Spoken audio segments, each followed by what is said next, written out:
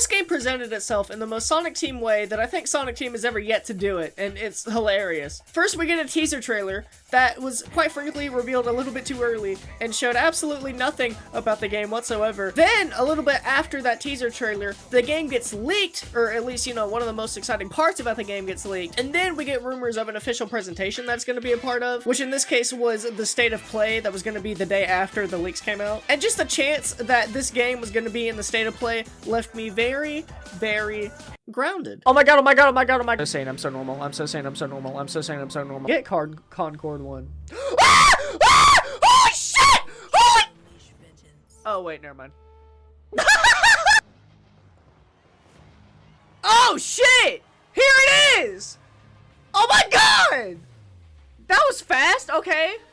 Okay, there. Ah! Ah! The links were real! I saw Sage! Holy shit! Oh my god! Holy shit! Okay.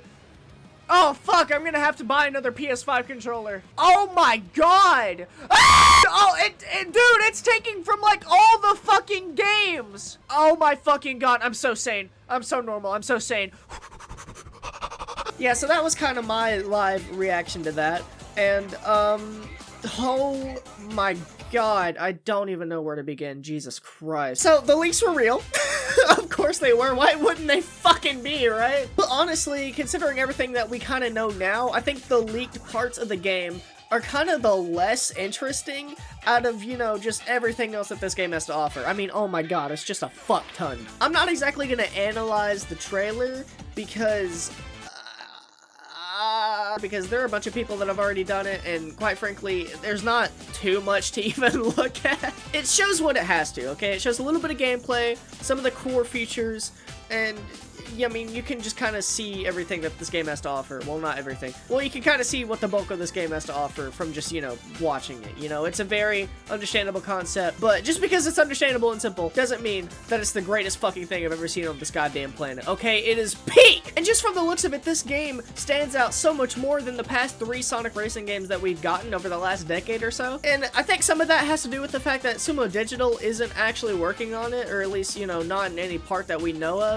There's no indication of them in the trailer, no logos, no text, no nothing that has anything to do with Sumo Digital whatsoever. And then after this trailer was launched, Sega put out a statement that their Elite Racing division or something like that is actually working on this game rather than Sumo Digital, which feels kind of funny and almost like a diss in a way. Nah, we're not doing those fucking British little bitches anymore. Nah, we're just doing we got our own elite racing team full of the best that, you know, actually know how to do their fucking job. That's who's making this game. And honestly, yeah, there is a very clear difference in the quality between the past Sonic racing games, Team Sonic Racing, and this one. Just looking at the footage, it's very clear that it feels a lot closer to Team Sonic Racing, not Team Sonic, Jesus Christ. Just looking at the footage, you can tell that it feels a lot closer to Sonic and All-Stars Racing Transform rather than Team Sonic Racing, and I'm definitely sure that was by design since that was the more, I guess, positively seen of the two. Team Sonic Racing had some of its good parts, but I think a lot of it was bogged down by just the really shitty marketing,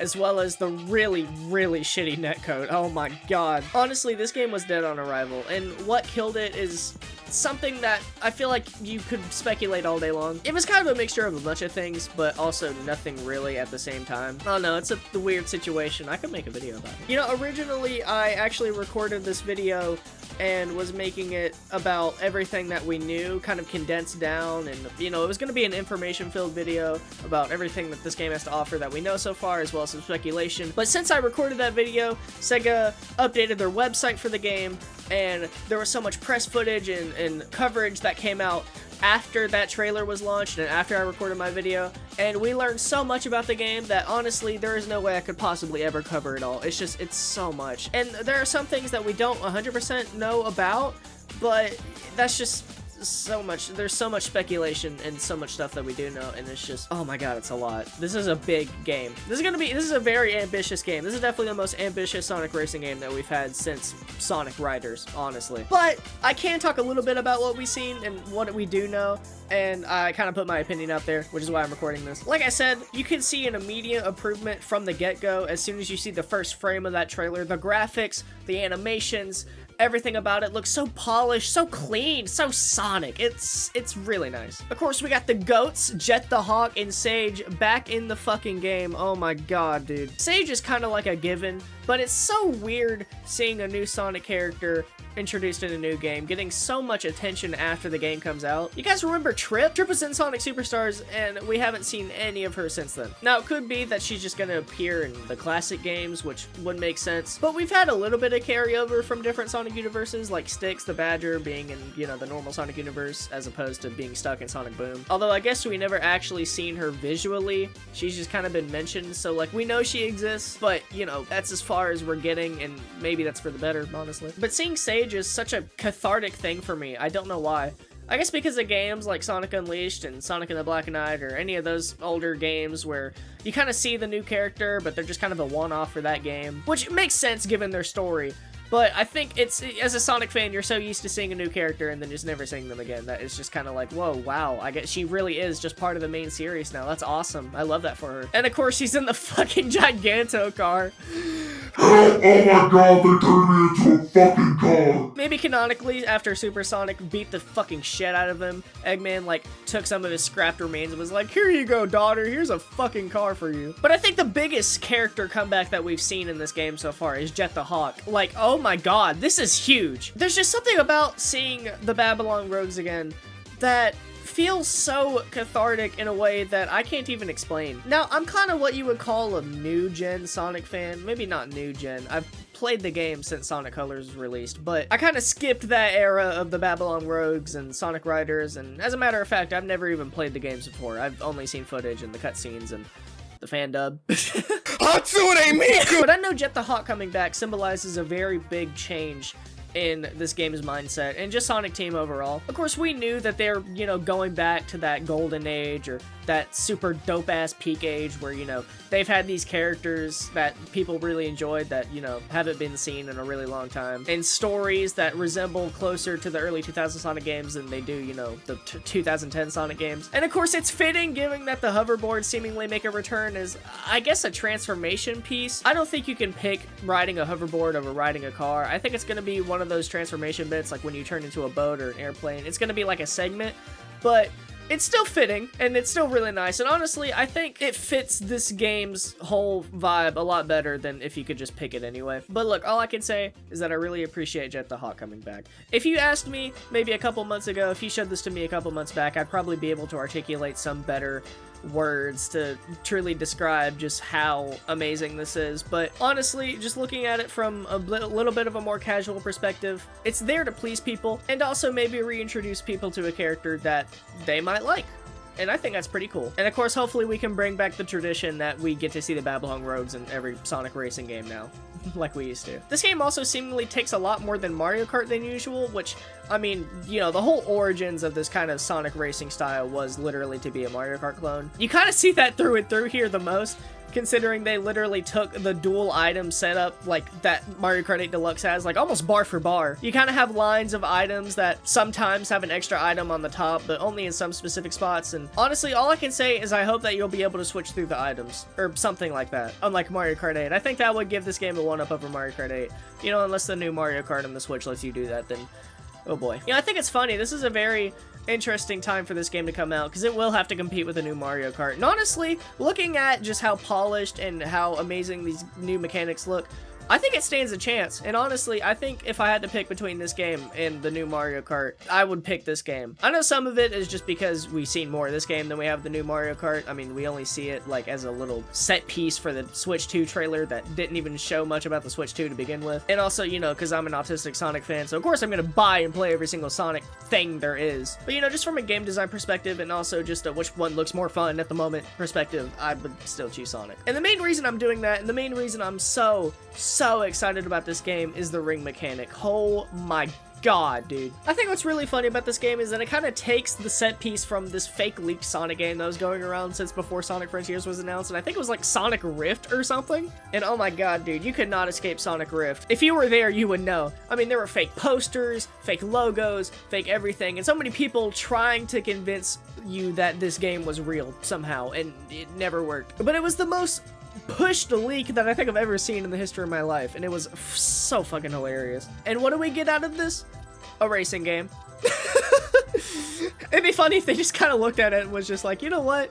Let's do that, but like, you know, for a kart racer and not the actual mainline Sonic series. No, thank you. Although I guess they did kind of experiment with that somewhat with Shadow Generations, except, you know, it only took you to Radical Highway every fucking time. Now, when I watched the trailer, I had no idea what the hell this did. I had no idea how it would even work. I thought, like, different people would be in different rings, and I was kind of concerned on how that would work, because then that would mean there are different people in different racetracks, and I don't even know if that would be fair. Like, imagine being ahead, but then you get screwed over by a set piece that nobody else is exactly in, and so you're just kind of like, oh man, well, this is unfair. I wish I was where everyone else was at. But no, I'm fucking stupid, like always. It's just, you know, part of the map, in a way. Like the preview said, whoever's in the lead kind of picks where the rings go. So, like, if you're in first place, you'll have to choose between two rings, and which one you go through is what lap 2 is going to be for the race. And that goes with everybody. They'll all have to go to wherever you pick, which I'm glad it's like that and not my stupid concoction that I made in my brain on the fly when I was recording my video last time. But this is so exciting for a kart racer. You don't understand. Kart racers, while yes, are kind of a winning formula in a lot of ways, it's very easy to feel repetitive, especially when you play the same tracks over and over and, you know, the game doesn't really get any new tracks over its post-launch, you know, window or whatever. And so after a while, it's very easy to feel kind of bored, even if, you know, you have good netcode and you have good online play and the item rotation's really nice. At some point, you're going to be like, okay, yeah, I played these levels so many times, I'm kind of just sick of them. So I think this will definitely help preserve the life of the game a little bit longer than what it normally would be, because every race is going to feel different. It's going to feel fresh, and it's really, really cool to me. You can play in the same track 2 races in a row, but if the ring mechanic takes you somewhere different in each of those different races, then it's gonna feel totally different. And that is so fucking cool, dude. That is really cool. On top of the fact that they kind of know that it's repetitive, even if you pick the same base track over and over.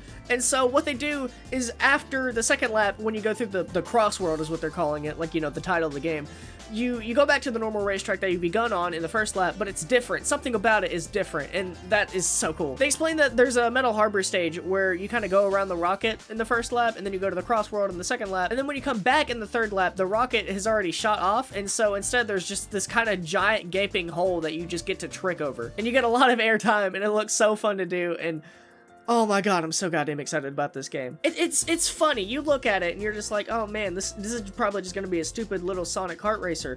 But we're in a whole new era now, alright? Sega doesn't miss. They innovate, and it's so fucking cool. God, people are gonna think I'm crazy for being so goddamn excited over, like, Sonic kart racers, but I just, dude, just look at it! And there's so many different ways that you can play this game. You can customize your vehicle, and you can give yourself modifications, and you can try new things over and over, and you can, you know, stick with what works, or you could experiment. And there's so much shit in this fucking game. Like, what do the red star rings even do? Why are they here? Do they get you, like, modifications? Did they get you, like, stuff for your car? I don't know. This is the fucking game of all time. Like, what the fuck? If there's one thing I'm super excited about for, it's definitely gonna be the soundtrack. Of course, you kind of get it, you know, it's a Sonic game, it's gonna have good music, yada yada. But there's something about Sonic racing games, I don't know what it is, but that's when Sega locks in the hardest. I mean, they get so many crazy collaborations in there, you know, T-Lobes, Jun Sonoy, and it's people like that just coming together, all making these tracks. Team Sonic Racing, for as little as it really had to offer in the grand scheme of things, had an amazing soundtrack, and I really hope they live up to that in this game. I really hope there's a Metal Harbor remix. That Metal Harbor remix is gonna be really fucking good. Oh my god. And I know we say this every time, and it's probably not gonna happen, because we keep asking for it, and it's free money, and they won't fucking do it. And I really hope that this game gets some extra DLC tracks, or characters, or something. We kind of thought that was going to happen with Shadow Generations a little bit. We thought maybe it would get DLC stages, or at least some DLC characters outside of Terios, but, you know, it's February, and there hasn't been anything since its launch in November, so I think we're kind of holding on to a false hope with that one. But this one, it would, oh my god, it would make so much sense. I think it would really help if this game sold really well. I think if this game sold really well, then surely they'll make some DLC for it. It's not impossible. I mean, technically, I guess they did end up doing it for Frontiers. So it's not something that I've completely given hope on, but at the same time, I'm not gonna, like, be too ecstatic about that possibility. But you know what? Sega, prove me wrong. Please, you could add new CrossWorlds, you could add new levels, you could add new tracks, just, you know, base tracks overall. You could definitely add some new characters. I think that's one thing about this game that strikes me as kind of odd, is the character selection that we get this time around. Like, we got your basics, you know, Sonic, Shadow, even Sage, Jet the Hawk, the Babylon Bros. That's really fucking cool. But why the fuck is Zaz here? Oh my god, bro. Oh, hell no. There ain't nobody in the goddamn world who knows who Zaz is. Look, my girlfriend, I've, like, had autistic spurs about Sonic ever since, like, I met her. And she doesn't even know who the fuck Zaz is. I never brought him up to her once. And see, the weird thing about him, too, is that you look at all these characters, and you can't even remember their names! Like, who's him? Who's her? What the fuck? I don't know why Sega keeps bringing back the goddamn Deadly Six. I really don't. I feel like it's gotta be a meme at this point, like in their division. Like, yeah, man, we're really cooking. What do we do as a joke? How do we make this really funny? Who's that one guy from Sonic Lost World? I don't know. Fuck it, though. Now, we don't know when this game's gonna release, but we do know that when it does get released, there's actually gonna be two versions, because of course there is. Sega, oh my god. So we get a digital deluxe version, as per the usual, and thankfully, it's not as goddamn convoluted as the Sonic Origins one that we constantly bring up every time there's a new digital deluxe version of a Sonic game. Although it does add some stuff that might actually prove some points that I have, or I guess more accurately answer some prayers that I have about this game and what Sega's gonna do after its launch. Like adding new characters and new courses and stuff. So with the standard edition, you get the base game, and with the digital deluxe edition, you get the DLC Season Pass, Sonic Prime playable characters, and early access to the game, which, you know, is kind of a basic thing that we have. This right here, oh my god, I completely forgot about this when I started recording. Holy shit, my money's gone. I'm cooked. You already know I gotta buy every single season there is of this game. Every single season pass, every single battle pass, whatever they call it. Oh my god. Who knows what's gonna be in these season passes, if it's just modifications or actual full-blown characters and customizable things. But regardless, my money's gone. The money that I'm going to spend on this game is single-handedly gonna fund the next, like, 5 Sonic games that Sonic Team's gonna be working on. Dude, this is insane. I don't even know what to say at this point. There's no words that I can say that will properly articulate how hype I am for this game, and just what... my brain is just a mess of noise right now, and it's all like... So, before I fucking explode, I'm gonna move on to the next topic that I have written down over here, which is the closed network test that's gonna be sometime next week, or this week, I don't know, I don't keep track of my dates very well. But there's a closed network test for the PS5 version of Sonic Racing CrossWorlds on February 21st, and God, I really want to do it. God, I really want to play this game so bad. Dude. I signed up for it, like, as soon as they were live, like, the signups for it were live, and oh my god, dude, Sega, please let me have this. I know it's chosen at random, and I know that it's not exactly related to if you're a popular Sonic YouTuber or not, but Sega, please just fucking notice me and give me this one thing. I've never asked you for anything! Please! I want it in my hands, dude. Oh my god, I really hope this game comes out soon. I really hope it does, because I don't know how long I can wait. I'm looking at it and I'm just like, dude, I'm gonna play this game so goddamn much. I played a lot of Sonic Racing Transformed when that came out, and I played a whole lot of Team Sonic Racing that came out, to the point where I actually even 100%ed that game on the Switch. And it's just like, dude, oh my god, I'm gonna play this game so much. I'm gonna 100% this game. I'm gonna get all the DLC season pass. I'm gonna spend hundreds of dollars. I don't even care if there's an adventure mode or not. I don't need an adventure mode. I just need the core loop to be fun, and it looks so fun, and I really need the online to be good, and I really need people to play it, because oh my god, dude, you ever try going into a Team Sonic Racing lobby? Yeah, you can't. That's the joke. I think another thing that I really hope this game has is crossplay. I don't really see that being likely, since, you know, none of the Sonic games have ever had that. Not even the racing games like Team Sonic Racing or Transformed or whatnot. I think you kind of have to be on the same console as whoever you want to play with, or, you know, whatever lobby you're joining, which is really a shame and kind of closes the door on, you know, the playability, the online, because there could be a lot of people on, like, the Switch version, but not a lot of people on the PS5 version. And so I really hope that they can kind of let that happen somehow. Even if it's in, like, a patch, that would be really, really fucking cool. cool. And it can work regardless of what version of the game you're running on, even if it's like a lower performance version like the Switch. Because there are games that are crossplay that, you know, really suck on the Switch and are a complete contrast to any of the other versions, but, you know, it's still possible and it's still playable. You know, it works. So I just really hope that's what's gonna go on here, you know. But we can only dream, we can only hope, and we can only just make our voices heard about the subject. Sega's smart. I think they know what they're doing. So I think they will add crossplay. That's kind of my main gripe right now. That's the main thing I'm worried about. I'm not worried about the quality of the game or how fun it's going to be. I know it's going to be really fun, but I just really hope that there's some kind of crossplay, or at the very least, people play online, you know? I want to play so much of this game. I really don't want this game to die. All right, and that's going to be less Sega's fault on that front more than it is just, you know, if people are willing to play this game or not. But then again, I guess Sega would have to make the game good for people to play it. I'm just fucking rambling, dude. Just let me yap. I just really hope the netcode is good, which it probably will be, considering that they're having a network test, so it's very clear that they're taking it very seriously and trying not to repeat the same mistakes that they did with Team Sonic Racing, or I guess maybe not them, but Sumo Digital. It's a fucking weird situation, man. But yeah, that's all I really got to say about this. Thank you for listening to my excessive rambling about this. This is, God, I'm so fucking excited. You have no idea, dude. Have I made that clear enough? Have I made it clear that this game has, like, given me the craziest, like, feelings of all time? If you'll follow my Blue Sky, you can kind of see just how absolutely insane this game made me, like, you know, in the head a little bit. But I stand by everything I said, alright? And speaking of Blue Sky, if you want to follow that or any of my other socials, you can see that in the description down below. Feel free to check out my community tab, as I'm always posting updates to what I'm working on there. And I'll see you on the racetrack when Sonic Crossing Race Worlds comes out. Dude! Did you see they're adding Yakuza to Fortnite?